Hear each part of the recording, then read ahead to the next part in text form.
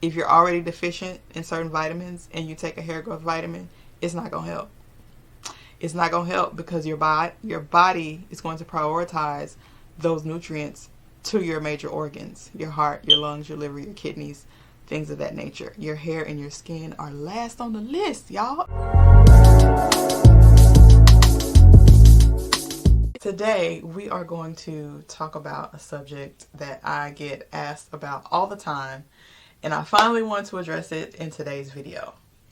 And I know this topic is going to cause some controversy. I do not care. Now, back to the topic, okay? Hair growth vitamins. Listen, I am not a fan. Your girl is not a fan of hair growth vitamins, and I will tell you why, okay? Hair growth vitamins, especially gummies, okay, I do not like the hair growth gummies, do not contain enough of the supplement that you actually need in order to be effective enough to grow your hair. Now, if you're an overall healthy person and you eat a fairly healthy diet and you take hair growth vitamins or supplement your hair growth with vitamins, you may be the one that sees the most results.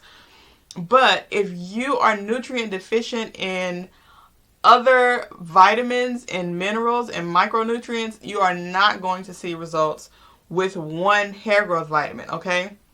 Your body is not going to be able to process everything in that vitamin that you would need in order for your hair to grow. And the number one reason is because if you're already deficient in that vitamin and you take the vitamin, your body is going to prioritize that vitamin to your vital organs. So your heart, your lungs, your liver, your kidney, things of that nature are going to give priority to that vitamin first, not your hair, okay? So if you are, like I said, already deficient in a vitamin and you take it thinking it's going to help your hair grow, it is not going to happen for you. I'm so sorry to tell you.